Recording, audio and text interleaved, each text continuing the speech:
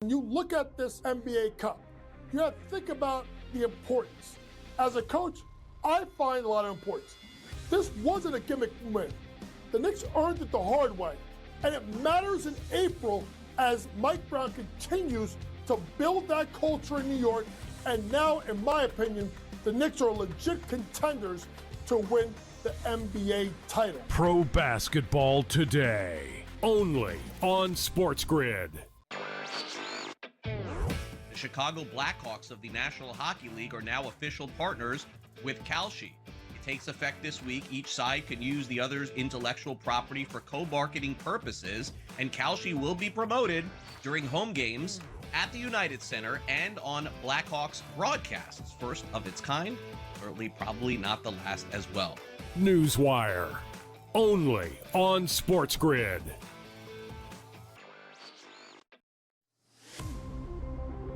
When it comes to NAL, money does buy you talent, but it doesn't buy you chemistry, leadership, and wins. Look at St. John's, Kentucky, how they're battling.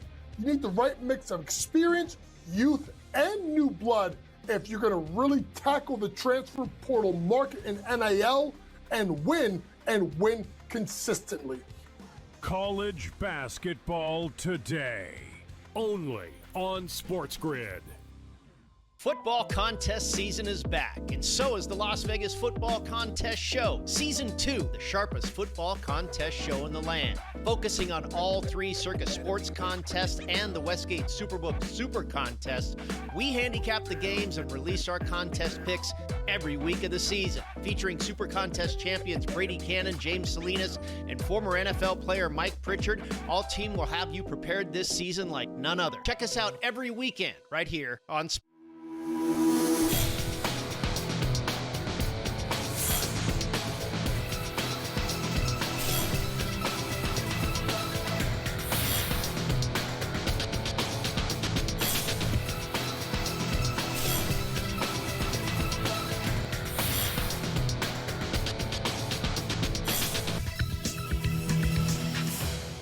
Happy holidays. Welcome to NewsWire here on SportsGrid. Hopefully all of you enjoyed a day off filled with Christmas cheer yesterday. For those of you who do celebrate, it's now time to celebrate the end of both the college and pro football season. So naturally, we'll break it all down for you here on the show. Full preview of a very busy bowl weekend. Bill Bender will join us courtesy of Sporting News. Also, Sam McQuillan from Legal Sports Report, the latest in sports betting, will recap all of the NFL action on Christmas Day. The NBA action yesterday, which was actually pretty excellent as well. And Paul Stone weighs in on all of the college bowl games as well. So let's get right to it. We got plenty to cover here on the show in case you missed it yesterday. 3 games on Christmas Day, a couple of them good, one of them not so much. I don't know where we would begin. I guess we could begin with this Broncos-Chiefs game, which honestly was one of those games where you just knew that they wished that they could change the schedule around. By the way, the Denver Broncos keep winning, but they really don't play particularly well. It's really incredible when you think about it. They're 13-3 on the season as the Broncos now have moved into a position potentially to have the number 1 seed in the AFC. No Patrick Mahomes naturally in this game. Travis Kelce did not do much until the very end. They called it a slog. I think that that's probably fair, but the Broncos are just racking up these wins. They've done it like this all season long. They end up taking the lead and winning late. Here's Sean Payton on the team effort. It's good. It's great to get that win. And you always have to remember this. Man, you're playing the heart of a champion. And I'll get, Andy and this team, I don't care who comes out of that locker room. This is a team that basically has been at the top of our league for the better part of a century. And so there's a ton of respect we have for what they've been able to accomplish. And honestly, it's playoff time. It's playoff atmosphere. So, I know it's going to be tough. I haven't beaten them, and so, it's going to be a good 9 days of preparation, and then on the 10th day, it's all you got for 4 quarters or however long it takes. And so, we're excited about it, and it'd be good to have rest also. So it'll be a good long weekend for us. A very surprising result yesterday in Minneapolis as the Minnesota Vikings and their great defense take care of the Lions and end their season. 23-10 yesterday. Lions were huge favorites, but it was the Vikings who basically had to do nothing on offense because the Lions, simply put, kept giving him the ball. Jared Goff fumbled 3 times, a couple on snaps. He also threw 2 interceptions.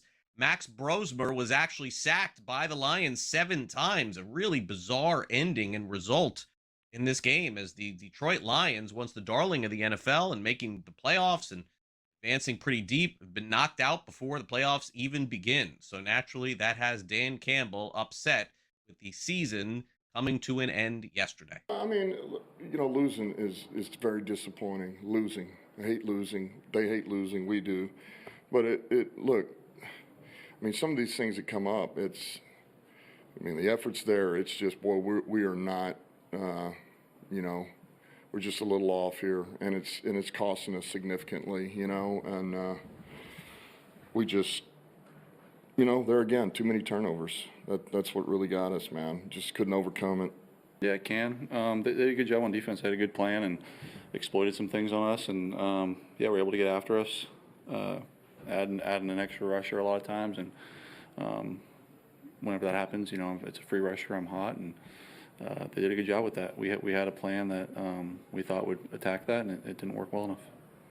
Lions will close out their season next week. There's a chance the Vikings could actually finish with a better record than the Lions with their win yesterday. Also, very entertaining game between the Cowboys and Commanders. Cowboys win 30-23. Dallas was 8.5-point road favorites, but Washington kept this game close. Dak Prescott, 307 yards and 2 touchdowns. Ja'Cory Krosky-Merritt scored 2 for Washington. Meanwhile, coming up, we've got the Ravens and Green Bay Packers on Saturday night. Lamar Jackson is doubtful for the game. It looks like Snoop Huntley is going to have to start this game.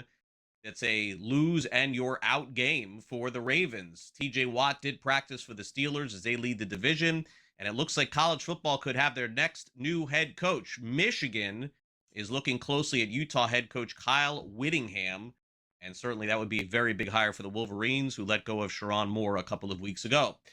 In the National Basketball Association, there's one team in the NBA that's better than everyone else, and there's one team in the NBA that they can't beat. Oklahoma City Thunder, on pace to win 70 games this season, simply do not have the answer for the San Antonio Spurs. Wemby and the Spurs yesterday beat OKC. The final score was 117-102. And by the way, Oklahoma City Thunder, 10-point favorites in this game. De'Aaron Fox had 29. Third time in 2 weeks, San Antonio defeats Oklahoma City. Here's Mitch Johnson on discussing just exactly how they're getting these wins. I think we learned that when you play a team multiple times in short stretches, there's a familiarity, obviously, that it breeds. And when you play a team of this caliber, the details are that much more magnified because of the familiarity. And I thought we did a good job, and I thought we did a phenomenal job as the game progressed at adhering to those details and nuances. We have to get better as a group. You don't lose to a team 3 times in a row in a short span without them being better than you. So we have to get better. We have to look in the mirror, and that's everybody, from top to bottom, if we want to reach our ultimate goal. The Knicks beat the Cavs late 126-124. Jalen Brunson had 14 points in the fourth quarter. He had 34 in the game. The Cavs, this was a very up and down game. Cavs were up big. Knicks came back. Then Cavs were up 17 points in the fourth when the Knicks came back to win. Here's Mike Brown on picking up the very important win against Cleveland. But our guys, throughout the course of the game, had plenty of opportunities to say, hey, you know what, 12 o'clock game, we've been through this, been through that, and we'll just cash it in and get the next one. But there was a lot of fight in our guys, and our guys just found a way to get a win. And that's what you need throughout a long season. We did a lot of good things tonight. Got a lot of good contributions. I mean, Evan goes out there and gives us some good minutes. And then I think the fourth quarter came down to shot making, right? I think our shot quality was actually pretty good. Didn't put them down there, but that stretch really hurt us. That rebounding stretch. I think Mitchell ended up with eight offensive rebounds, I believe. And then, you can't give this team extra shots, and we end up losing the possession game, which was kind of number one key on our board. Tough to beat a heck of a team if they're getting more shots than you. Rockets crush the Lakers 119-96. Kevin Durant with 25 points. Lakers have lost 3 straight. It seems like J.J. Redick has hit the breaking point. Because we don't care enough right now. And that's the part that bothers you a lot. We don't care enough to do the things that are necessary. We don't care enough to be a professional. It's, we had it. We had it. This is I always say this about, culture. I always say this about the team being a good team being a functioning organism. It can change like that. We don't have it right now. JJ, and as you talk about today is modern basketball, you guys have 2 days off, but I'm guessing you guys are only going to practice once. How do you improve on these things when you can't practice enough? Oh, we practice them all the time. It's not, again, it goes back to what I said the other night. It's a matter of making the choice. And too often we have guys that don't want to make that choice. And it's pretty consistent who those guys are. And so Saturday's practice, I told the guys, it's going to be uncomfortable. The meeting is going to be uncomfortable. I'm not doing another 53 games like this. Fighting words from J.J. Redick. Nikola Jokic, 56 points yesterday, 16 rebounds, 15 assists. Even Anthony Edwards had 44. Nuggets beat the Timberwolves 142-138. Also, the Warriors beat the Mavericks 126-116. This college football slate next.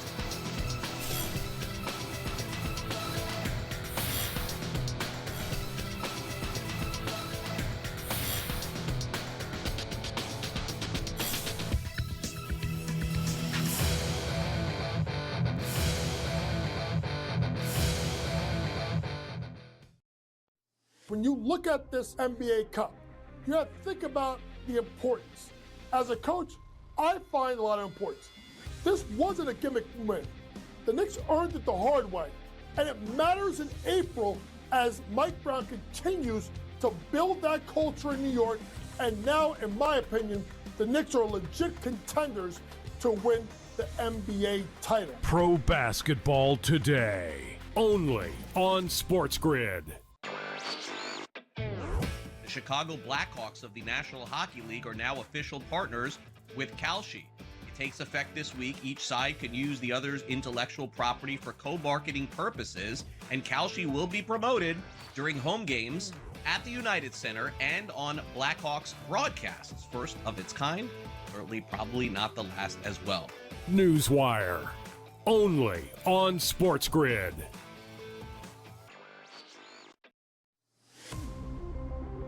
When it comes to NAL, money does buy you talent, but it doesn't buy you chemistry, leadership, and wins. Look at St. John's, Kentucky, how they're battling.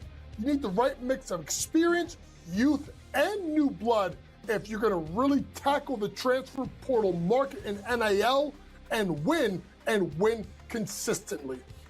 College basketball today, only on SportsGrid. Football contest season is back, and so is the Las Vegas Football Contest Show. Season 2, the sharpest football contest show in the land. Focusing on all 3 Circus Sports contests and the Westgate Superbook Super Contest, we handicap the games and release our contest picks every week of the season. Featuring Super Contest champions Brady Cannon, James Salinas, and former NFL player Mike Pritchard, all team will have you prepared this season like none other. Check us out every weekend right here on SportsGrid.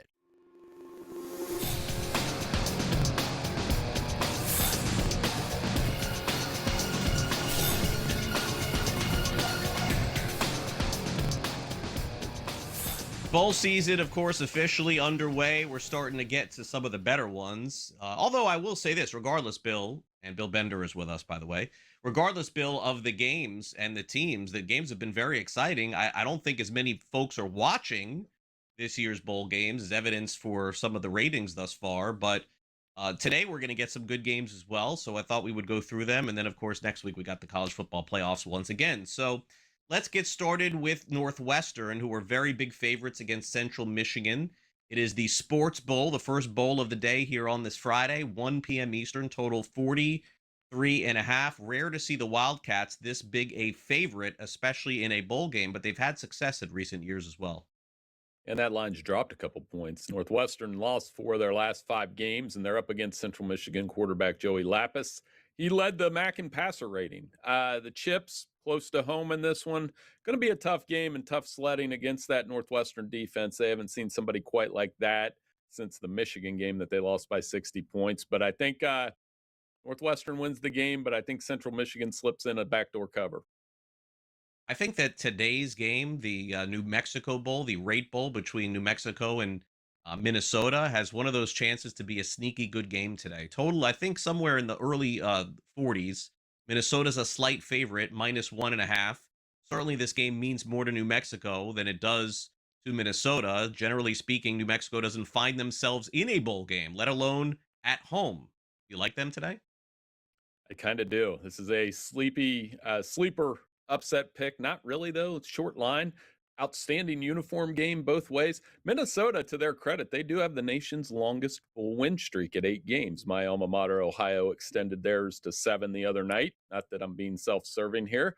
I think New Mexico has a chance to pull this off. Jason Eck's done a fantastic job. They've won 6 in a row. They stopped the run very well, especially in the second half of the season, and they play pretty hard on both sides of the ball. I do think this might be the most entertaining bowl game of the day, and give the Lobos a good chance to pull the upset.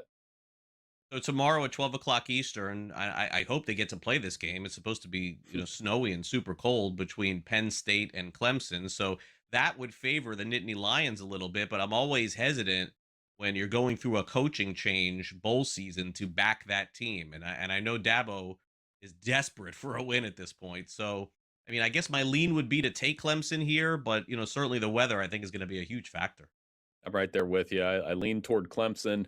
Defense allowed 14 points per game in its last 4 games, but how do you balance that against 8 inches of snow, which they're calling for? I mean, this blizzard conditions for the Pinstripe Bowl could make this a really interesting game.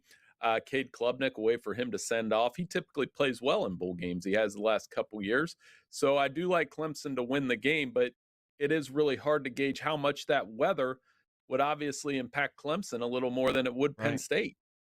Yeah, no, that's a good point too. No weather involved in the Pop-Tarts Bowl. Georgia Tech going to take on BYU. This is going to be one of the most popular bowls of the season, played this weekend. Georgia Tech is very good, Bill. And, honestly, I don't know what the bowl motivation for this point is with BYU. When you're just outside the playoff looking in, total 48.5. That's a high total also for a BYU game as well. I'm leaning toward thinking it means a little bit more to the Yellow Jackets here, but I guess if one team is more interested in eating the human Pop-Tart at the end, then that would be the deal. Yeah, I talked to Citrus Sports CEO Steve Hogan earlier this week about the Pop-Tarts Bowl and how they've created so much social media interaction with this game. It's been creative. It's been fun. I think both teams really do want to be there, which makes it even better when you have the fun on the side with the edible Pop-Tarts, and then the game's pretty good with both of these teams with defense and running the football. I like Haynes King and Georgia Tech to pull a little upset here, maybe a field goal game. But I do anticipate that both teams will put on a show here, much like they did last year with that Iowa State-Miami game that was one of the better bowl games of the year. Yeah, definitely great game last year. Okay, San Diego State, Saturday, 5:45 p.m. Eastern, takes on North Texas. Generally speaking, the Mean Green does score a lot of points, and they will in a bowl game, but their quarterback is hitting the transfer portal, so this is going to change things, I would think, significantly, as San Diego State should be able to potentially even keep this game closer than the line would indicate, Bill. But can they pull the upset win off at this point? I would expect this line to even go down further. Yeah, and the magic number for San Diego State, when they give up 20 points or less, they do very well. Now, can North Texas push that tempo? Obviously, the Mestamaker storyline's huge. He's one of the best quarterbacks in the FBS. But when San Diego State allows more than 20 points per game, they're 1-3.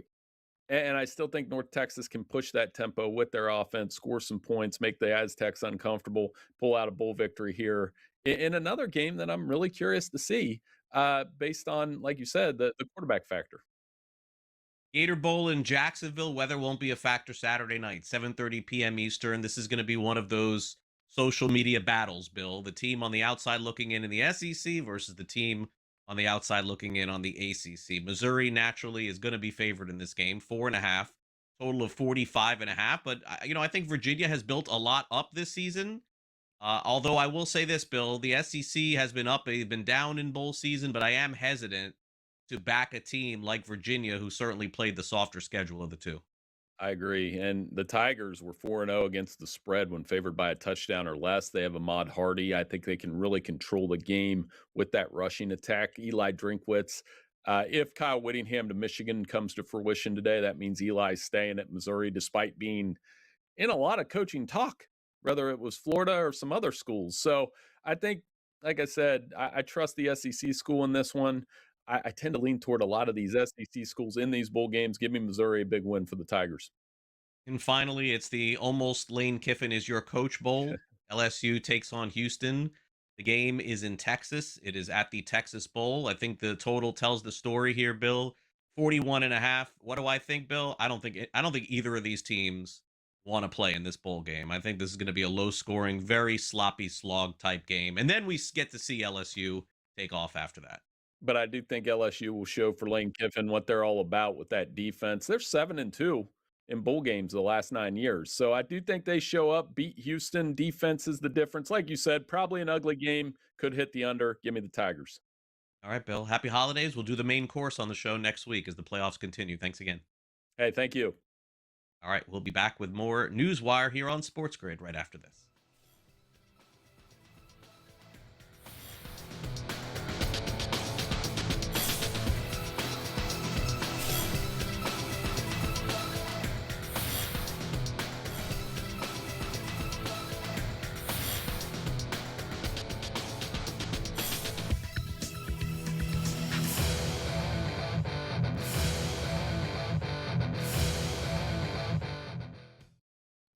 When you look at this NBA Cup, you have to think about the importance. As a coach, I find a lot of importance. This wasn't a gimmick win. The Knicks earned it the hard way, and it matters in April as Mike Brown continues to build that culture in New York, and now, in my opinion, the Knicks are legit contenders to win the NBA title. Pro basketball today, only on SportsGrid.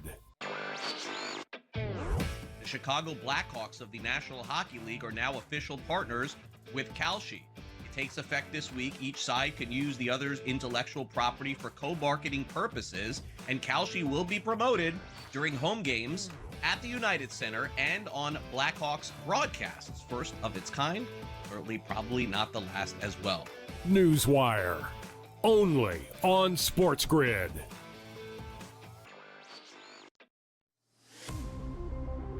When it comes to NAL, money does buy you talent, but it doesn't buy you chemistry, leadership, and wins. Look at St. John's, Kentucky, how they're battling.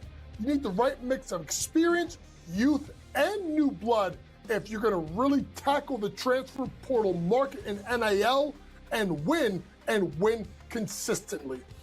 College basketball today, only on SportsGrid.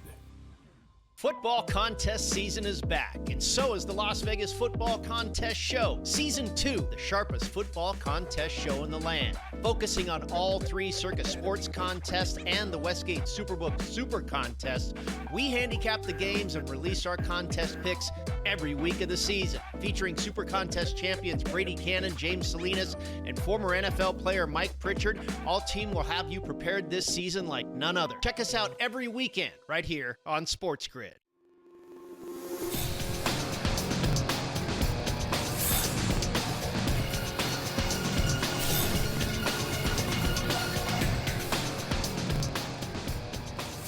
We could be headed toward a showdown in the playoffs of two teams that play this week. In the SportsGrid Sound Off, we'll give you a preview of Texans-Chargers. Also, what could we see on Saturday night if Lamar Jackson doesn't play against the Packers? Some very big games in the NFL, of course, coming up this weekend. It's time now for the SportsGrid Sound Off.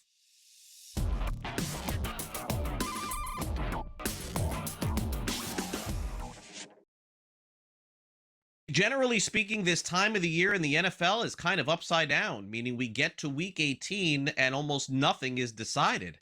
That is not the case this year. There is a chance that we could go into next week with every single playoff team being in as of next week. We're almost there. Panthers Bucks is the one still out there. Texans Chargers, this could be just a preview of a game we see in 2 weeks. Chargers are 1.5-point favorites. Total is 39.5. Why? Because Houston doesn't score and they play really good defense. And you have to also wonder how much they'll even show each other. Houston still really on the outside looking in for the division. Same could be said for the Chargers. Here's Jim Harbaugh on the potential playoff preview. Also, we're 2-0 with giving the major holiday day off. We gave Thanksgiving off this year in the middle of the week. Same strategy. Got to give one day off.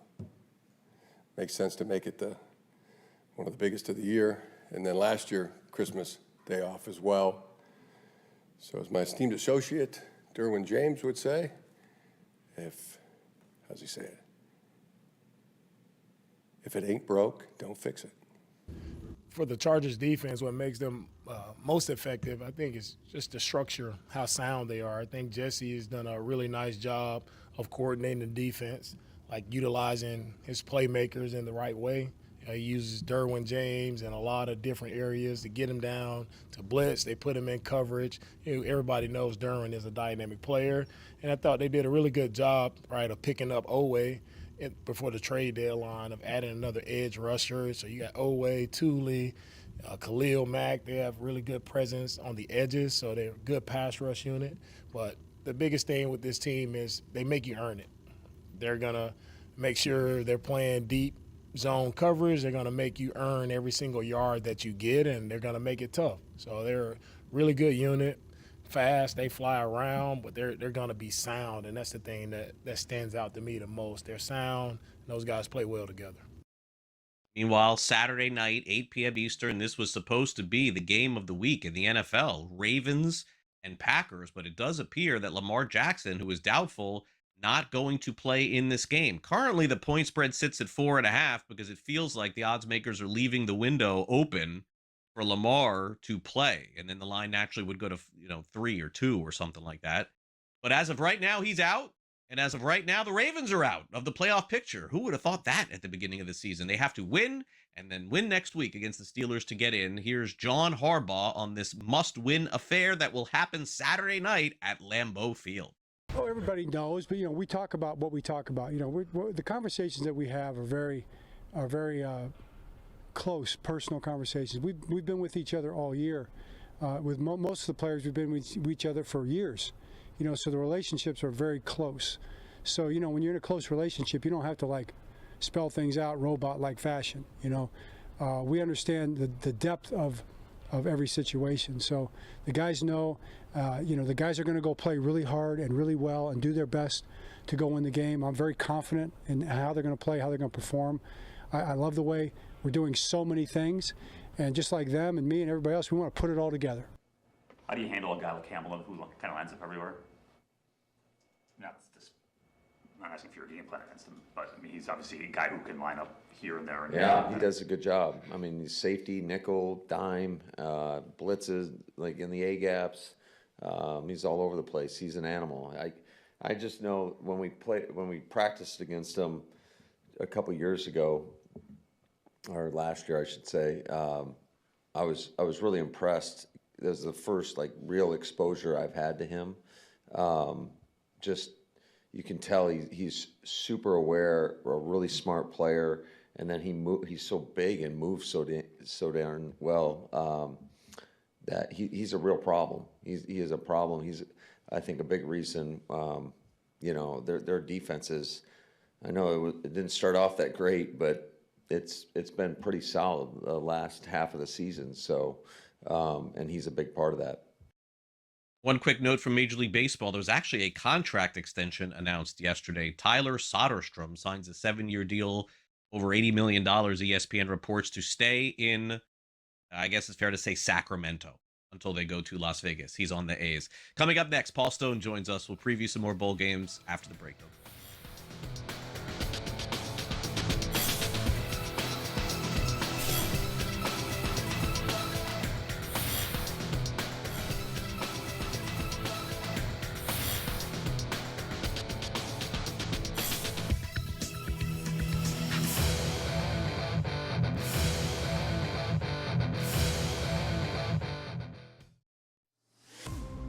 They have by far the highest ceiling out of any team in the league. Elite talent, NBA shot making, versatility, and the best coach in the league in John Shire. They can beat you in multiple ways: half court, full court, running gun, walk it up. And they out-execute you, maybe except for that game versus Texas Tech. College basketball today, only on SportsGrid. When did we become, so bitter that we can't accept another man's apology? We make mistakes all the time. And as a grown man, you have to say, I'm sorry every once in a while. And it's okay to say that. And the apology, I think, should be accepted. And in this case, I'm accepting it. The Craig Carton Show, only on SportsGrid. The Chicago Blackhawks of the National Hockey League are now official partners with Kalshi. It takes effect this week. Each side can use the other's intellectual property for co-marketing purposes, and Kalshi will be promoted during home games at the United Center and on Blackhawks broadcasts. First of its kind, certainly probably not the last as well. NewsWire, only on SportsGrid. Arvel Reese at 8%. I got to tell you right now, I have no idea who that is if they're playing a Joe Coleman show. Yeah, that's going to be interesting Who is that? here, but I have no idea. Do you even know? But no idea. But don't you have to pick the Heisman winner, Donnie? Isn't that like the rule of thumb if you're going to take a quarterback? Is he not the best quarterback? The Early Line, only on SportsGrid.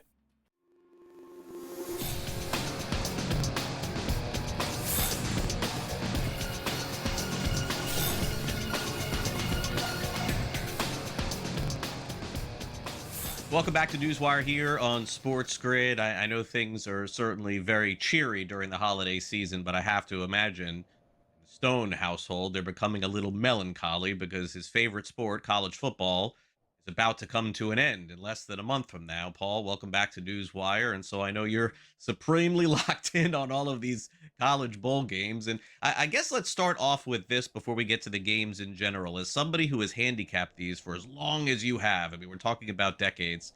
To me, and I don't know, you'll have to correct me if I'm wrong, I love this time of the year. I love all of these different bowl games. This is the first time in a really long time I feel like they've lost their luster a lot with just all this buzz surrounding the playoff games in general.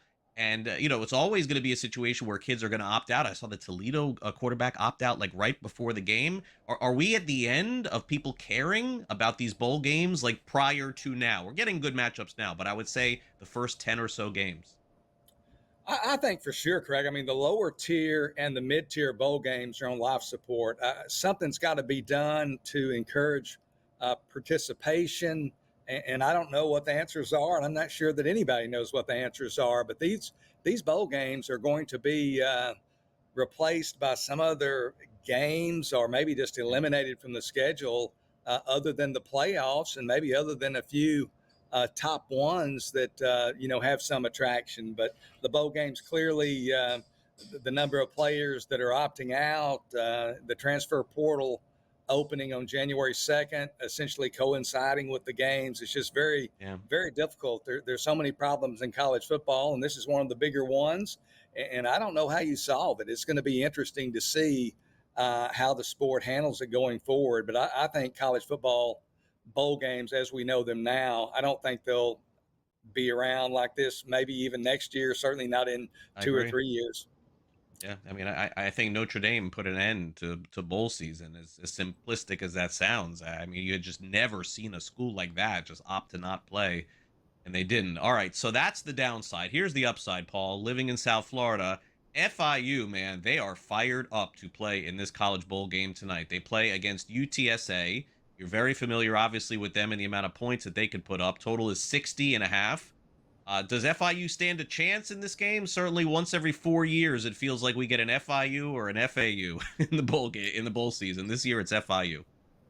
Well, I tell you, being down here in Texas, Craig, UTSA's head coach Jeff Traylor, he said when this bowl game was announced, or maybe a few days after, that the Roadrunners would be, quote, a shell of themselves, end quote, when this bowl game rolled around, meaning that they would be without a lot of their top players. And I think he said they went to Dallas, traveled to Dallas about 3 or 4 days ago, and he said 16 players didn't make the trip. So close to 20 players for UTSA either injured, opting out in the transfer portal, whatever the case might be. But most of those players are on defense. So, I think it's going to be a UTSA team that's going to be particularly thin in the secondary. Their offense, though, led by junior quarterback Owen McCown, is pretty much intact, according to a depth chart that I saw this past Sunday. Like UTSA, FIU is going to be shorthanded in the secondary. They start 5 players in the back of their defense. Three-fifths of those guys, or 60%, are not going to be playing due to opt-outs, injury, or transfer portal. One of those guys is their cornerback, their top cornerback, Mr. Clark, a first-team Conference USA selection this year. He will not play. Both of their quarterbacks for FIU were banged up later in the year, but it looks like at least one or both will be able to go. I'm expecting Keon Jenkins will start for the Panthers. And you look at this Texas San Antonio team, they're going to be thin on defense, but they are prolific on offense. They have been an over machine the last year and a half, 15-3-2 to the over their last 20 games. FIU gave up 51 points earlier this year to UConn, 45 to Kennesaw State. Those offenses aren't as revved up as UTSA and McAllen. So I think there's going to be a lot of points on both sides. Going to be good weather tonight in Dallas. The total was 59.5 earlier this morning, up to 61.5 at some stores now. So it's starting to get some play. But I like this game to go over the total tonight in the bowl game there in Dallas. All right, now let's move on to 2 teams. One that can't stand the fact that they got to play in this bowl, and another team that I definitely think has some motivation here. Tennessee would be the team that doesn't want to be there, Paul. They want to get back into that playoff picture, SEC picture. They're 2.5-point favorites in the Music City Bowl. This game is coming up on Tuesday, appetizer before the main meal, so to speak, 5:30 p.m. Eastern. A total of 61.5. Do you have a lean on this one at all? Feels like we got 2 good quarterbacks at least playing in this game if they do suit up. Yeah, I'll tell you, Craig, the SEC has done a genius job through the years, in my opinion, with their marketing slogans. And one of those slogans, and one that I really enjoy, is it just means more. And in this case, I think it does mean more, but I think it means more to the Fighting Illini of Illinois. I think the Big Ten, they sense that they are kind of considered by most college football fans to be a notch behind the SEC. So I think they take these SEC versus Big Ten bowl games very seriously. You mentioned Tennessee not really wanting to be there, even though they're in their home state of Tennessee, about 200 miles to the west in Nashville for this bowl game. They were in the college football playoff last year, and I think they had their designs on a similar fate this season. Just didn't work out. They went 4-4 in SEC play. You look at the 4 teams that Tennessee beat in conference, Mississippi State, Arkansas, Kentucky, and Florida. Those teams were 5-27 combined in SEC play. So they didn't really beat any of the better teams in the conference.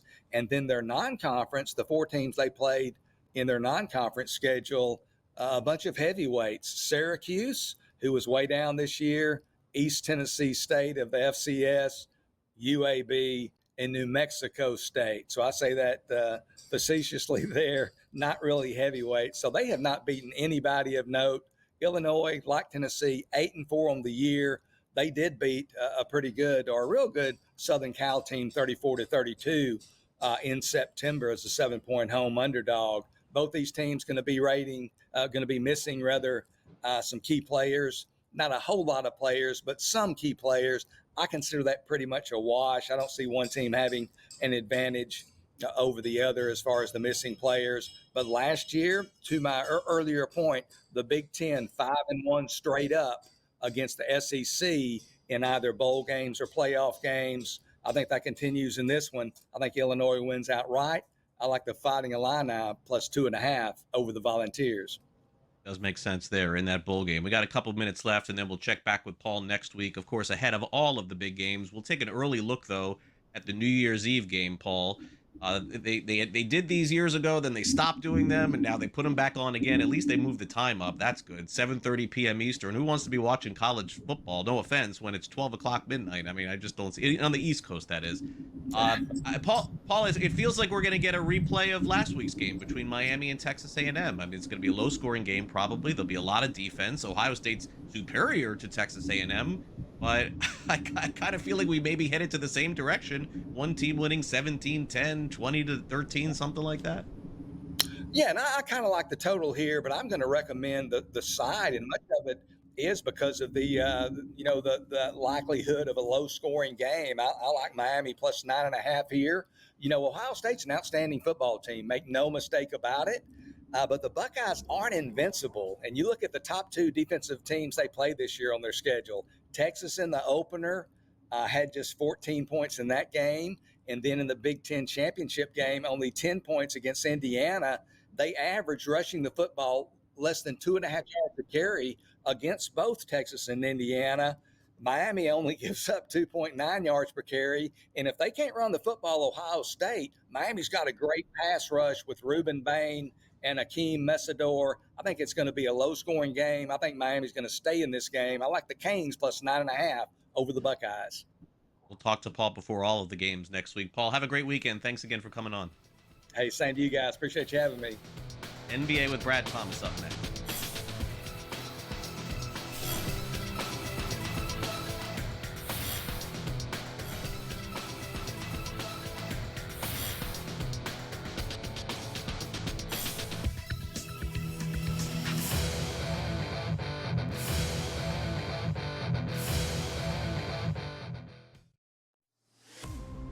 They have by far the highest ceiling out of any team in the league. Elite talent, NBA shot making, versatility, and the best coach in the league in John Shire. They can beat you in multiple ways. Half court, full court, running gun, walk it up. And they out-execute you, maybe except for that game versus Texas Tech. College basketball today, only on SportsGrid. Whether we become, so bitter that we can't accept another man's apology. We make mistakes all the time. And as a grown man, you have to say, I'm sorry every once in a while. And it's okay to say that. And the apology, I think, should be accepted. And in this case, I'm accepting it. The Craig Carden Show, only on SportsGrid.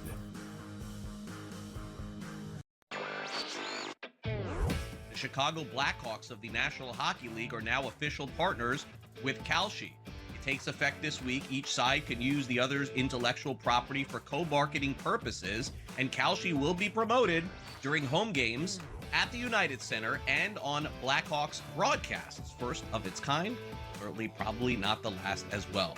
NewsWire, only on SportsGrid. Arvel Reese at 8%. I got to tell you right now, I have no idea who that is or if they're playing a Joe Bowman joke. Yeah, that's going to be interesting Who is that? here, but I have no idea. You need to know? But no idea. But don't you have to pick the Heisman winner, Don? Isn't that like the rule of thumb if you're going to take a quarterback? Is he not the best quarterback? The Early Line, only on SportsGrid.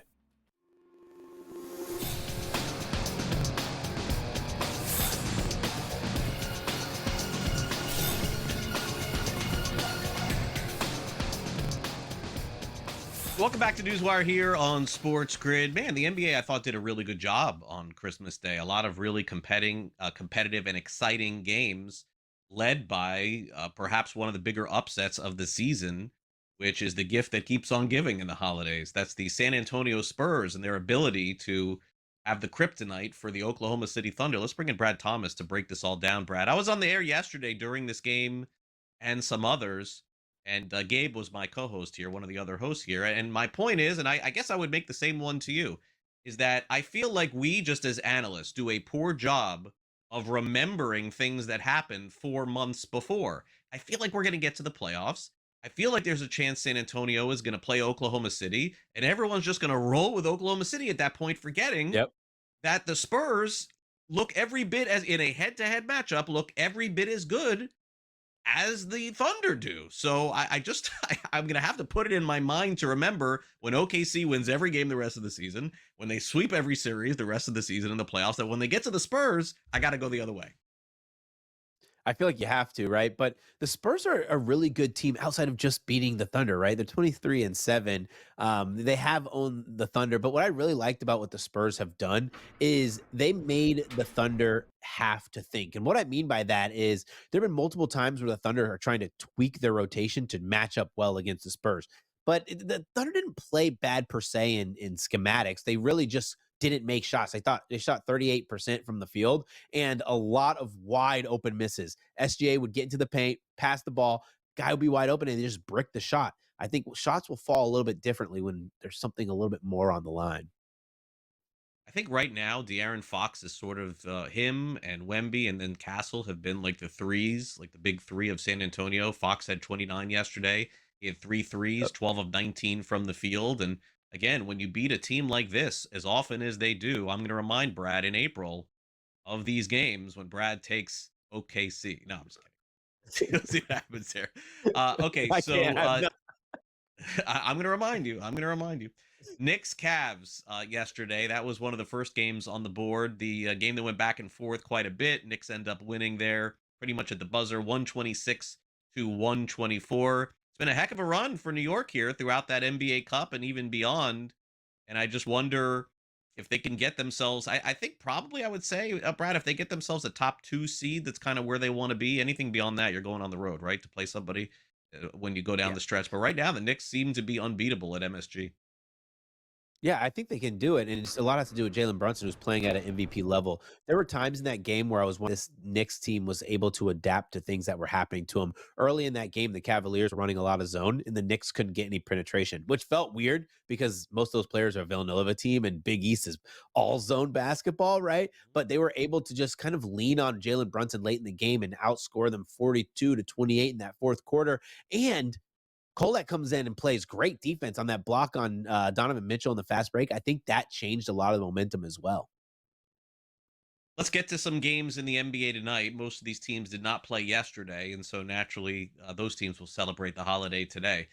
No celebrating the Miami Heat, Brad, here in South Florida. All the fans have pivoted away from the Dolphins, and they've pivoted away from the Heat, and they're all in now on the Hurricanes. So the Heat's very lucky that they're getting to slide by playing the worst basketball of any team, essentially, right now in the NBA. If the Hurricanes were out, I think there'd be a lot more focus.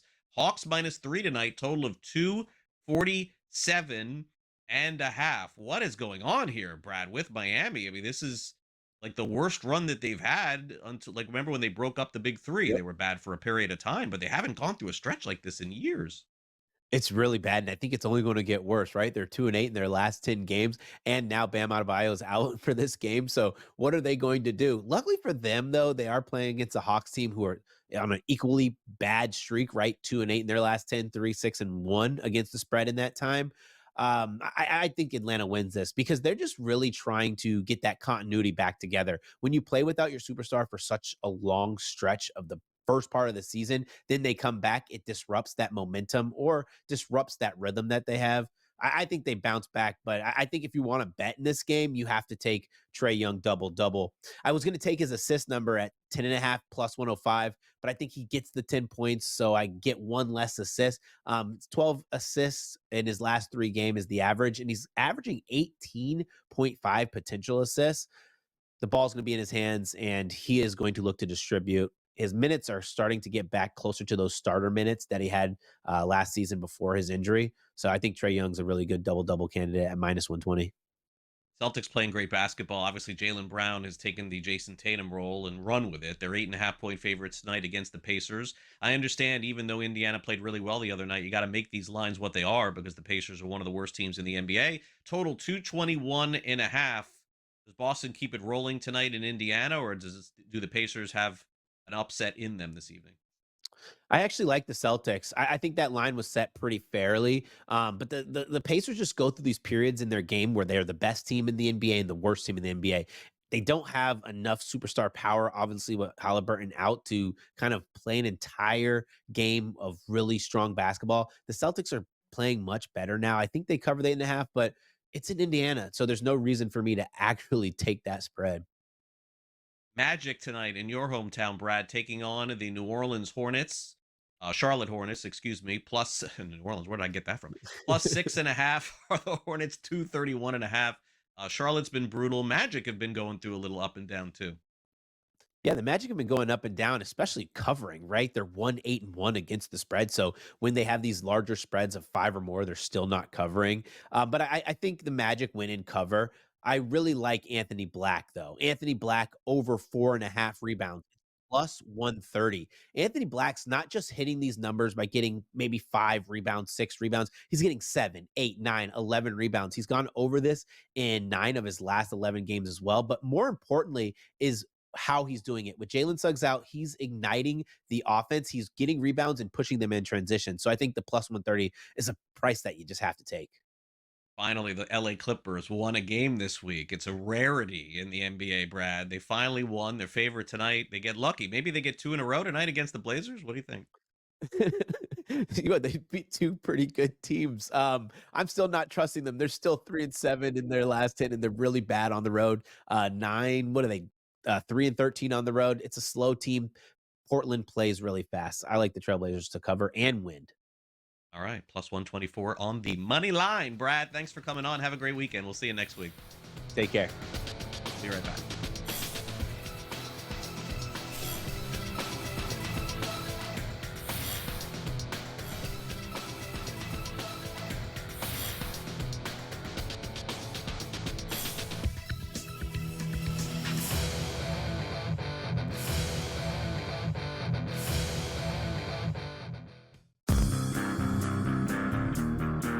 Whether we become, so bitter that we can't accept another man's apology. We make mistakes all the time. And as a grown man, you have to say, I'm sorry every once in a while. And it's okay to say that. And the apology, I think, should be accepted. And in this case, I'm accepting it. The Craig Carden Show.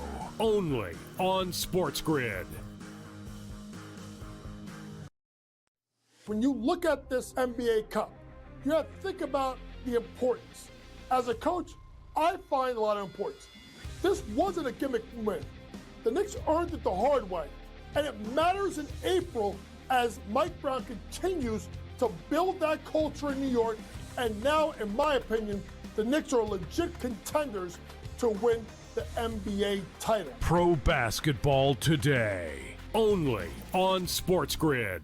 Football contest season is back, and so is the Las Vegas Football Contest Show. Season 2, the sharpest football contest show in the land. Focusing on all 3 Circa Sports contests and the Westgate Superbook Super Contest, we handicap the games and release our contest picks every week of the season. Featuring Super Contest champions Brady Cannon, James Salinas, and former NFL player Mike Pritchard, all team will have you prepared this season like none other. Check us out every weekend right here on SportsGrid. They have by far the highest ceiling out of any team in the league. Elite talent, NBA shot making, versatility, and the best coach in the league in John Shire. They can beat you in multiple ways. Half court, full court, running gun, walk it up. And they out-execute you, maybe except for that game versus Texas Tech. College basketball today. Only on SportsGrid.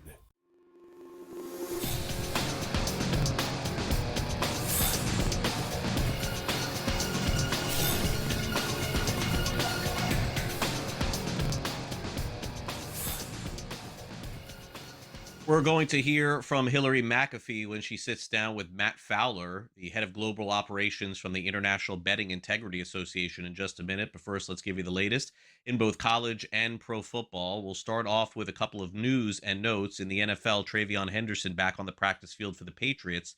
He missed a lot of time this week and last week with a concussion issue, but he's back on the field. Looks like he'll play this week.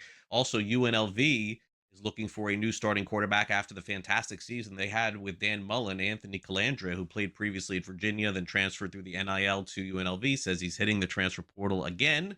So he'll be a high-paid quarterback and obviously head to another school, no doubt. There are 3 games in the college football bowl position today. Let's take a look at them real quick. 1 o'clock Eastern, Northwestern, a very big favorite against Central Michigan. We'll see if they can pull this one off. They've had good success in the bowl games. 10.5-point favorites. That's the first game of the day. They're calling it the Sports Bowl. Who's sponsoring that? Sports? How much is sports paying for the Sports Bowl? I guess those are bad jokes. All right, then we got a couple of games today. I'll be watching tonight's game, but this is the 4:30 p.m. Eastern game. We have Minnesota, who's been really good in the bowl games, too. They're a very slight favorite this afternoon with a total of 40.5 in the Rate Bowl as they take on New Mexico. And then tonight, we've got FIU, Florida International University, taking on UTSA. You see the line there's 5.5. I'm seeing 6 in some spots. FIU, generally speaking, doesn't make a lot of college football bowl appearances. We'll see how they do tonight. All right, now let's get to Hillary McAfee, her interview from G2E with Matt Fowler, and check out what they had to learn out in Las Vegas earlier this year. We are here with Matt Fowler. Matt, thank you so much for being here today. Thank you for having me on. Yes, and you were here last year talking a little bit about your company. Can you tell us what the past year, have you had any new developments? What's going on with your brand? Yeah, maybe just to start with, I guess some of your viewers maybe not too familiar with who we are. So International Betting Integrity Association, IBIA, is a global not-for-profit integrity monitor. We were created by the regulated sector to combat the threat of match fixing 20 years ago this year, actually, all the way back in 2005. Actually been a really significant year for us. So on the back of our anniversary, we've really gone out to our stakeholders really and wanted to review, how we approach things going forward. How can we really improve? We feel like we're the gold standard for integrity going forward, but how do we really reinforce that? And that's led to something called Mission 2030, which, as I say, we consulted quite widely with our stakeholders on this. I took that opportunity to reflect, how do we move forward? It's come back with 3 sort of key pillars, really. Firstly, our global monitoring and alert platform. So that's something I'm personally quite invested in. I'm head of operations for global operations for IBIA, so this is really my focus. We've invested a significant amount in enhancing our alert platform and how that looks for our operators and stakeholders. The second sort of plank and tenet around this is around enhanced collaboration. I think collaboration is probably an often overused word in our space. We're heavily involved in sports betting integrity. That involves different stakeholders coming together, and we really want to enhance and really enforce those partnerships we have in place. And then the third kind of key pillar, really, calling it prevention, enhanced prevention. A significant part of that would be athlete education. That's something we have a lot of experience in, going back many years. But also within that area, we're looking at how we can influence regulation, really, particularly around the debate, for example, around market offering here in the US and elsewhere as well. And then also around our policy engagement. So they're the three key areas. And then what you can see that's really come out of that is a completely new visual identity for us, which has actually gone live today, October the 8th, something we're really excited about. New logo, completely new look and feel to reflect, I think the way our association, our industry is heading to try and address some of those challenges. And also we have a new website that's gone live just this morning, actually, so I'd ask any of your viewers to check that out. That's at ibia.bet as well. Oh, excellent. Definitely will check that out. With all of the responsible gaming in mind, what's a hot take that you have on the industry right now? That's an interesting one. I mean, I'll probably go back to one of my earlier points, really. This push to restrict access to particular markets. And I think there's an understandable lot of focus on how do we push unregulated operators out of the market? How do we get rid of the offshore books? But I think an often underdeveloped area is how do we pull more activity into the regulated sector? And I think that's about making it as attractive as possible for customers, where when they bet with a regulated operator, there's a broad product offering, the tax rate's competitive, because obviously that feeds into what the operators can offer their customers, because ultimately we want that channeling rate to be as high as we possibly can. So what I'd like to see in the coming year is a real evidence-based approach to decision making. As I say, I think there's a danger that kind of snap decisions are made on the back of one-off incidents without taking a step back and zooming out and saying, actually, for the good of the industry longer term, we need to take a more sort of holistic approach, really, and look at the medium and long term rather than snap short-term decisions. And hopefully that will translate into regulated operators being able to offer a really attractive product to their customers, because ultimately that will be the silver bullet that gets rid of the unregulated market as best we can. Matt, thank you so much for your time today. Not at all. You're welcome. Thanks for having me on.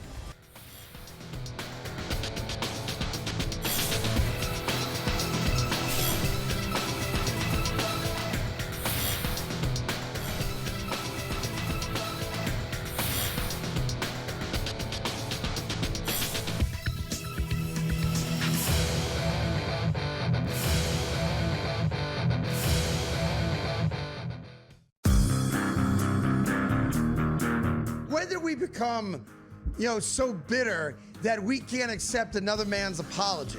We make mistakes all the time. And as a grown man, you have to say, I'm sorry every once in a while. And it's okay to say that. And the apology, I think, should be accepted. And in this case, I'm accepting it. The Craig Carden Show. Only on SportsGrid. When you look at this NBA Cup, you have to think about the importance. As a coach, I find a lot of importance. This wasn't a gimmick win. The Knicks earned it the hard way. And it matters in April as Mike Brown continues to build that culture in New York. And now, in my opinion, the Knicks are legit contenders to win the NBA title. Pro basketball today. Only on SportsGrid.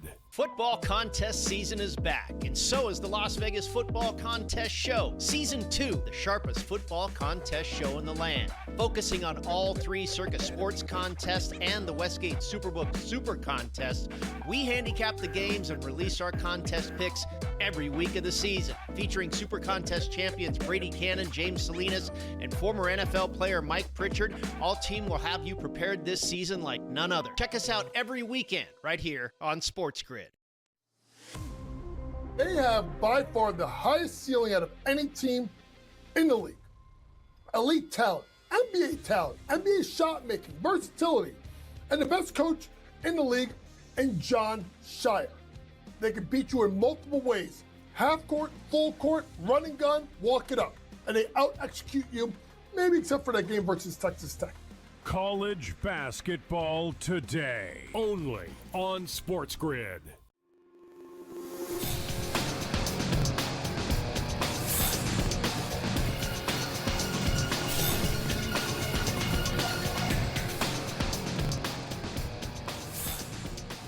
Welcome back to NewsWire here on SportsGrid. As we wrap up our week of shows during this holiday season, let's bring in Sam McQuillan from Legal Sports Report. Sam, is great to have Sam back on the show and talking about some of the big stories in sports wagering. You also could read about all of our content that we discuss here over at LegalSportsReport.com. Sam, welcome back. Happy holidays. Thanks for coming on the show. The NBA yesterday taking Christmas Day to take the spotlight away a little bit, I thought, from the NFL. The games were really good yesterday. NFL games were so-so. We'll see what the ratings say. NBA also saying, hey, look, it's time for us to jump on board and do what Major League Baseball is doing, which is stopping people and max betting on some of the unders and the props, which you and I have talked about so often. I thought that this would just simply solve the problem, max bets. And yes, that's what they have actually come to. And who could argue with that, right, Sam? Like, if you are a player that wants to bet on a prop, you still can do it, but there's just a maximum that you're going to be allowed to. And I think that solves this problem. Yeah, it's funny to see the NBA now taking steps to do, like you're mentioning, Craig, what we've talked about and others in the industry have talked about from when it comes to prop betting that you have on players, easily manipulated or readily susceptible to bad actors, because obviously you're just really controlling the performance of one person versus an entire team. It's a lot easier to control. That's obviously what we saw with the pending scandals with Terry Rozier and Jonte Porter last year as well. But yeah, we've talked about this for a while. Ideas that were proposed by the NBA this week that would ban the ability to bet on the unders of props. Most people only like to bet on overs of props anyway, the casual bettors we're talking about. So the NBA now telling teams that it's looking at that. It's looking at offering less player props as well, just really stars instead of people on the team. We've already seen them kind of move towards that since the whole Jonte Porter scandal. They no longer offer player props on guys who are on 10-day contracts or 2-way contracts. So they've already kind of limited that. I wouldn't be surprised if they go ahead and limit it even more. And then obviously another thing we've mentioned, Craig, is limiting how much you can bet on these props, so you don't stand to make tons of money on, a sensitive small decision being changed. This is just kind of another step the NBA is taking. Maybe it's slower than it should be, but they met with members of Congress in October after all these scandals happened. So, whether these actually get adopted or not, I think it's just kind of another sign of the NBA at least wanting to signal it's doing something more as it becomes more sensitive about manipulation in sports betting, as the public's kind of worry about this stuff goes up while we have all these scandals coming out in the NBA and the MLB. And it certainly won't be the last we've heard about any kind of scandal in pro sports. So just, the NBA taking another step to kind of deal with all this stuff. The next step would be, as they acknowledged in their memo, is actually working with sports books, actually working with teams to change this stuff. This is all kind of in the proposal stage right now. So we'll see where it goes from here. 2026 definitely could be some big changes in store. Yeah, absolutely. Same could be in store for Chicago. You'll have to catch me up here, Sam, because obviously I could read the story here, but I don't know why this has really come down to the wire so much, where because of some, I mean, I don't know what you would call it, language maybe in their budget, that some sports books are saying that they could potentially shut down. How did this happen so fast and catch up on us here at the end of the year? Yeah, it really is a fascinating development. Chicago is the first city in the US to propose taxing sports books on top of what the state already taxes. Historically, the states have taxed sports books at a certain rate, some states very high, some states very low. In Illinois, there's been about 3 tax hikes over the past year and a half of sports betting, where sports books now have to pay about a 40% rate for the highest sports books, on top of a per bet fee, a 50-cent fee per bet that they have to pay. And we've seen them pass that down to the customer because it's kind of been untenable for them to continue business. Now, as the state was having a lot of success doing that, the city of Chicago has said, why don't we place an additional tax on sports books? So there's a 10.25% tax currently proposed in the city's budget that would then layer that additional tax on top of sports books. The budget is set to go in effect January 1st. As is proposed right now, it has not been changed, despite sports books like FanDuel, DraftKings, and BetMGM this week coming out saying that we might have to pull out of the city of Chicago if this goes into effect. So effectively, it would be a change that was added in the budget instead of lawmakers passing a law on their own. It's something that happens a lot in politics, where you want to change the law by making it one of many things that you change in a bigger budget that gets passed, because it includes tax revenue, as opposed to just proposing this in the city council, where it would really just kind of be weighed on the merits of itself. We have now the sportsbook saying we might pull out of Chicago. Whether or not they do that remains to be seen. There's still time for the city to effectively change its budget and not pass this. You have had a lot of lawmakers urge them not to do it. But yeah, it would be huge news if this actually ends up going through, and if the sports books actually end up pulling out. Obviously, FanDuel, DraftKings, and MGM are pretty much the biggest players in the state and in the city. Would really be interesting to see how that affects the other sports books as well, and how it impacts other cities potentially weighing this as well. Because again, Chicago is the only place to really propose this, so it would be kind of major news for every other city in America that's considering a similar tax. And when you talk about the offshore sports books and the prediction markets, which we'll get into in a bit, it really would just be a huge, huge change for sports books, which is obviously a big threat. All right, we lost Sam there for a minute to some technical difficulties. We'll see if we got him back. Internet is a funny thing this time of the year. A lot of people using it. All right, Sam, let's close out on FanDuel. FanDuel says, hey, look, we're getting into the prediction markets as well. 5 states without legal sports betting, following suit from DraftKings the week before. Yeah, FanDuel launching its prediction market in 5 states: Alabama, Alaska, North Dakota, South Dakota, and South Carolina. All states where it doesn't have a legal sports betting product. This is just kind of the latest effort for a sports book to reach states where sports betting isn't legal. We've certainly seen Kalshi have tremendous success with this, reaching all 50 states, regardless of sports betting law. FanDuel now joining DraftKings and Fanatics, kind of a sports book saying, we're tired of waiting. We don't want to let Kalshi and Polymarket and these other prediction markets gobble up this market share in states before we can. Despite a number of lawsuits, despite now 30 plus states joining those lawsuits saying that these products are illegal sports betting, that are not following the law. In the meantime, the courts we wait on a decision to be made. FanDuel comes in with their new product, only in 5 states to start, notably less than DraftKings and Fanatics. FanDuel actually, interestingly enough, said that if a state legalizes sports betting, a state like California, Texas, Georgia, presumably where it plans to expand with its sports prediction markets next year. If one of those states launches legal sports betting, then FanDuel said it will pull out with its prediction product. So right now, it's really looking like just a way to reach these sports betting customers in states where you don't have it, and they would still much prefer reaching those sports betting customers with an actual sports betting product where they can offer parlays, where they can offer higher margin, more profitable offerings for the book itself.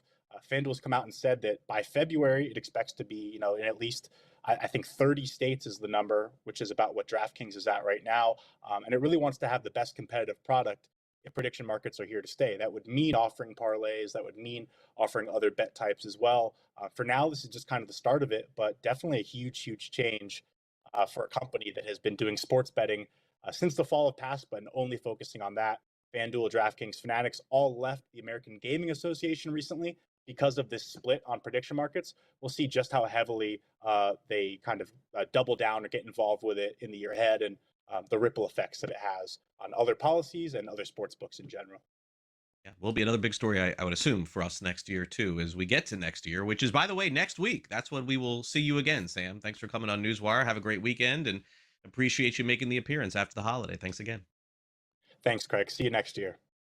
All right, Sam McQuillan. That's right, Sam's off next week. That's right, I forgot about that. Sam McQuillan from Legal Sports Report dropping that little hint on me to get me in the right path going for next week. How about next segment? How about the next 5 minutes? Mike Blewett will join us, and we'll go over what exactly went wrong with the Lions this season. You're watching NewsWire on SportsGrid.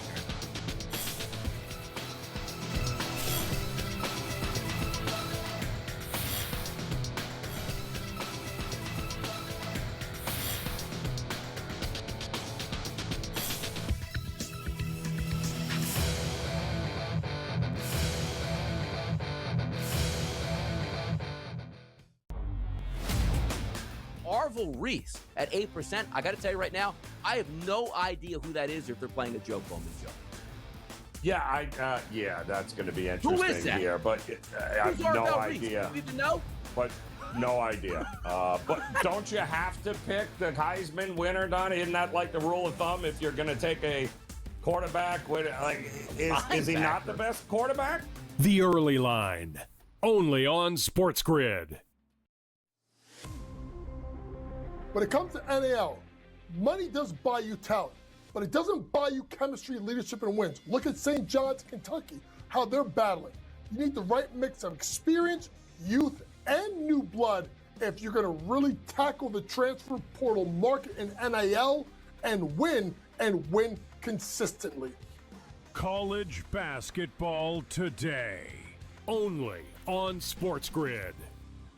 Football contest season is back, and so is the Las Vegas Football Contest Show. Season 2, the sharpest football contest show in the land. Focusing on all 3 Circus Sports contests and the Westgate Superbook Super Contest, we handicap the games and release our contest picks every week of the season. Featuring Super Contest champions Brady Cannon, James Salinas, and former NFL player Mike Pritchard, all team will have you prepared this season like none other. Check us out every weekend right here on SportsGrid. The Chicago Blackhawks of the National Hockey League are now official partners with Kalshi.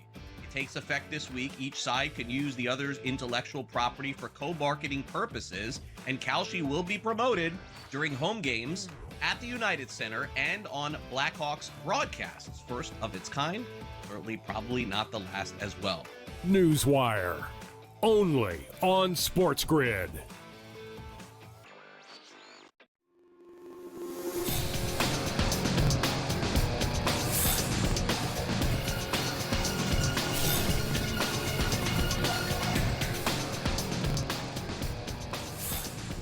Welcome back to NewsWire here on SportsGrid. Great to have Mike Blewett back in the house. It does look like this week we'll have some big games in the NFL, but as Mike joins us, it certainly seems that with the Vikings taking care of the Lions yesterday, there may not be as much drama as we normally see for a Week 18. There may only be one and done game potentially between the Panthers and Bucks, and we may not even get that this year, which is strange.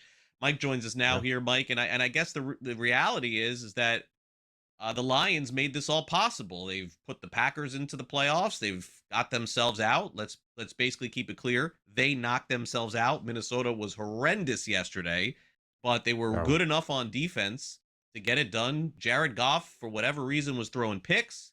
I mean, I know he fumbled 3 times. I watched the game very closely because I have Jared Goff. He didn't fumble 3 times. There was a couple times they didn't snap the ball to him the right way too. But look, no excuses. This is a shocking ending to a season for a team that had Super Bowl aspirations. No doubt about it. They lost to a team yesterday that had 51 plays on offense, 11 first downs, and a net of 3 yards passing. That's the team that they lost to by 2 touchdowns, by the way. So very difficult to do. 6 turnovers. You're not going to win any games really with a -6. I don't know that that's ever been done in NFL history. So I think there's an autopsy to be done on the Lions. Part of it is obviously in reaction to what happened at the end of last year, really, is when this started. Their 15-2 season, it's the best season they've had in 60-plus years, and there was a lot of expectation. But we did start to see things slip away at the end of last year. Lots of defensive injuries, including to Aiden Hutchinson. And they lose that game to Washington by playing another bad game. Then we go into this year, and this is the real reason, Craig, that I had some doubts about this team going into this year. They lost 8 coaches this offseason. 8, both coordinators. That's a lot for Dan Campbell, who has preached and has delivered on a winning culture in Detroit.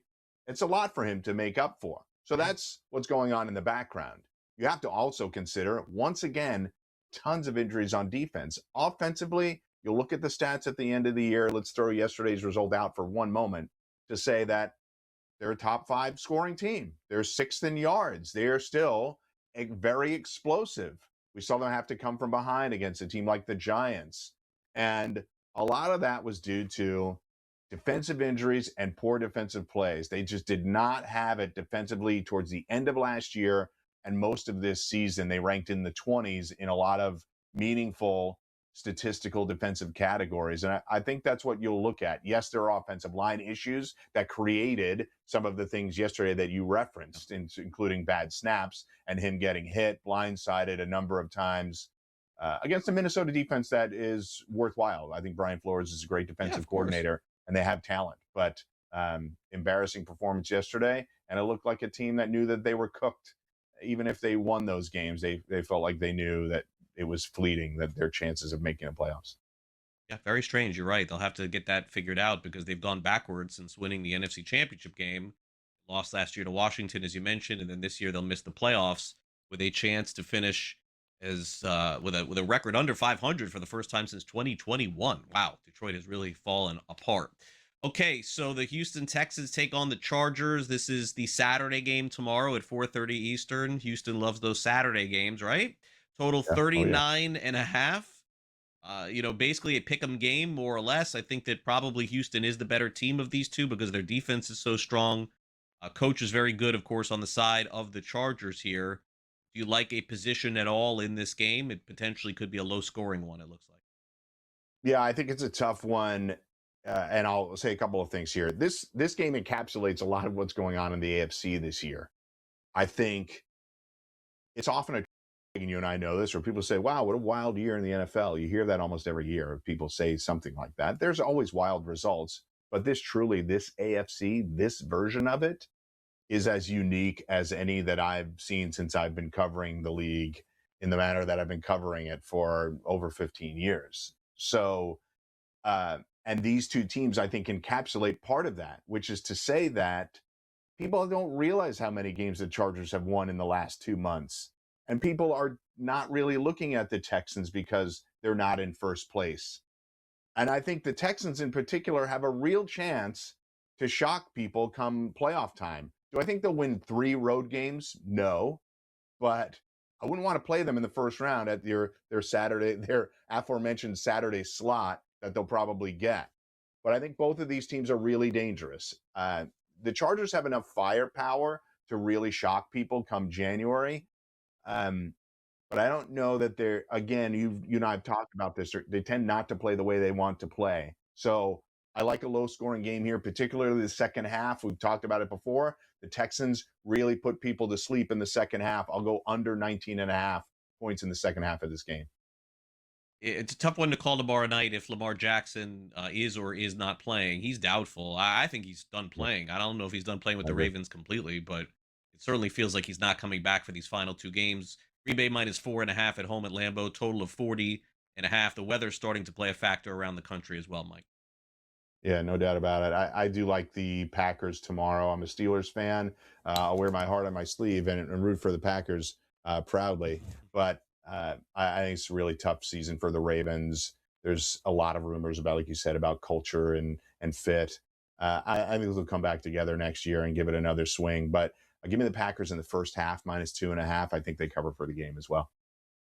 Finally, let's do the Jaguars and Colts. Jags just keep on winning wherever they go, home, road, wherever. Total 48.5. Jacksonville's defense is not great, so that means the Colts should put up some points, I would think, in this one.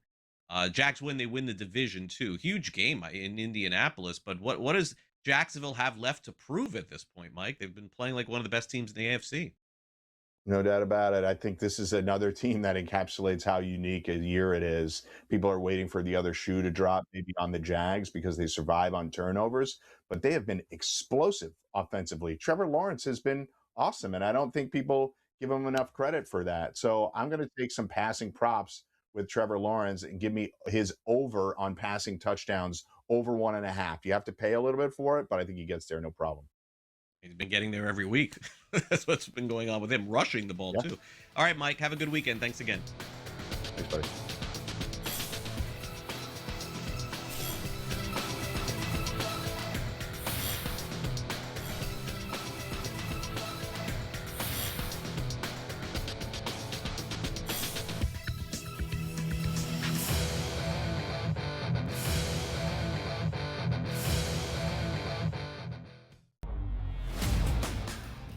Reese at 8%. I got to tell you right now, I have no idea who that is or if they're playing a Joe Bowman joke. Yeah, that's going to be interesting. Who is that? Here, but I have no idea. You need to know? But no idea. But don't you have to pick the Heisman winner, Donnie? Isn't that like the rule of thumb if you're going to take a quarterback? Is he not the best quarterback? The Early Line, only on SportsGrid. When it comes to NAL, money does buy you talent, but it doesn't buy you chemistry, leadership, and wins. Look at St. John's, Kentucky, how they're battling.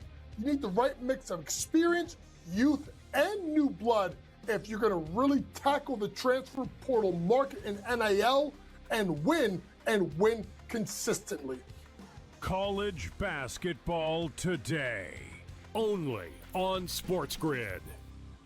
Football contest season is back, and so is the Las Vegas Football Contest Show. Season 2, the sharpest football contest show in the land. Focusing on all three Circus Sports contests and the Westgate Superbook Super Contest, we handicap the games and release our contest picks every week of the season. Featuring Super Contest champions Brady Cannon, James Salinas, and former NFL player Mike Pritchard, all team will have you prepared this season like none other. Check us out every weekend right here on SportsGrid.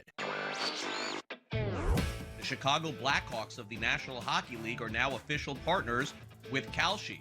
It takes effect this week. Each side can use the other's intellectual property for co-marketing purposes, and Kalshi will be promoted during home games at the United Center and on Blackhawks broadcasts. First of its kind, certainly probably not the last as well.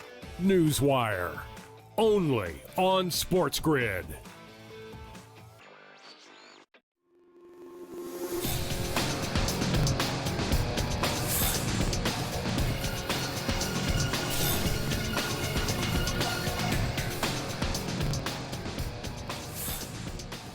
As we get ready to wrap up this edition of the show, good holiday story for fans who are going to Seattle Seahawks games in the future. Also, an announcement yesterday, a commercial on Amazon Prime that surrounds a former head coach and an actor that's very popular playing him.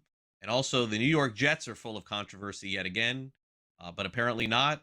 I don't know. We'll dive into this kicking story here as we wrap up the show with some last licks.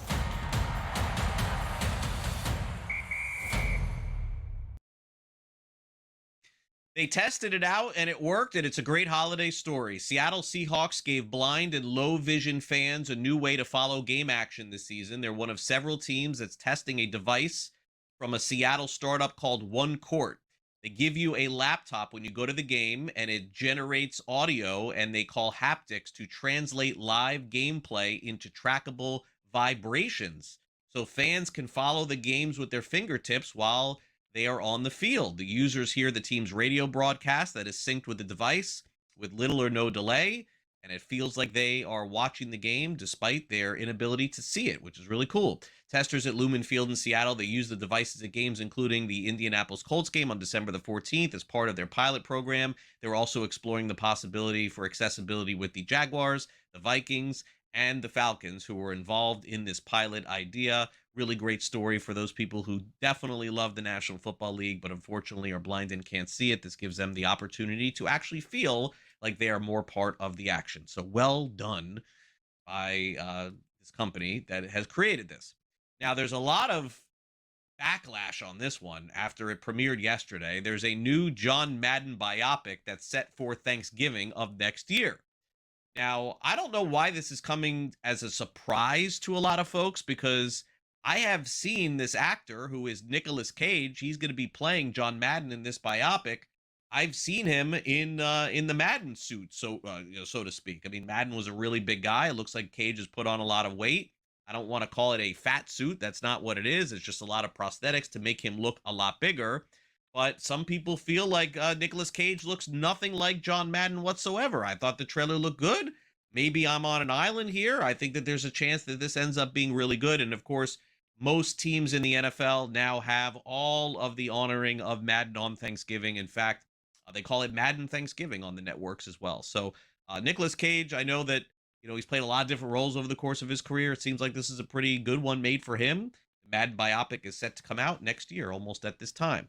Finally, the New York Jets had a contest that was going to be attempted to win by a young woman at Stony Brook University. She played Division I soccer, and she is now a soccer coach on Long Island.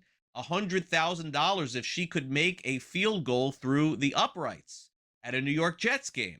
But what happened was the Jets caught wind of the fact that she was a soccer player and decided that somehow she would be ineligible to participate after already telling her that she would. She dedicated this previously and said she was going to kick the ball for her late father who passed away, that was a season ticket holder. Jets said, no, thank you. Because you're a soccer player, we don't want to give you a free $100,000. She said she would have made the kick. Well, the good news is social media to the rescue. The Jets have now relented, and they have given in, and this young woman is going to have her chance to kick for $100,000 as she dedicates this to her father who passed away. So awesome, awesome story here as we wrap up the show here on this Friday. By the way, we got another show coming your way at 3 o'clock Eastern. I don't know if you'll be around, but it is the Fantasy Football Championship for a lot of you. So hopefully you can tune in. It'll be myself and George Kurtz. That's coming your way at 3 o'clock Eastern, exclusively here on SportsGrid. Make sure you stay tuned. I'll tell you all about my championship story. I'm sure everybody wants to hear that going into the weekend. And we'll also keep you involved on all the updates and injuries. There are 2 games on Saturday, full games on Sunday, and then, of course, Monday Night Football game as well. For those of you who are betting on sports, you may want to track your bets. Here's how you do it. Download the SportsGrid app, and you just take out your phone and scan this QR code. It's available for both iOS and Android. It is the SportsGrid app, and you can stream our network 24 hours a day, 7 days a week. It is brand new and updated over the last few months, so that makes streaming awesome. The SportsGrid app is available, again, for iOS and Android, courtesy of SportsGrid as well. Nice little holiday gift for you. Thanks to our guests here on the show. We had Bill Bender from Sporting News, Paul Stone from Paul Stone Sports, Brad Thomas, Sam McQuillan, and Mike Blewett. Great guests today. We will see you back here for our next edition of NewsWire on Monday as we get ready for week 2 of the college football playoffs. So hope to see you then. Thanks again to our director, Luke, and for my producer, Frank. I'm Craig Mish. Happy holidays. Have a great weekend, and we'll see you right back here on Monday at 12 o'clock Eastern for our next edition of NewsWire.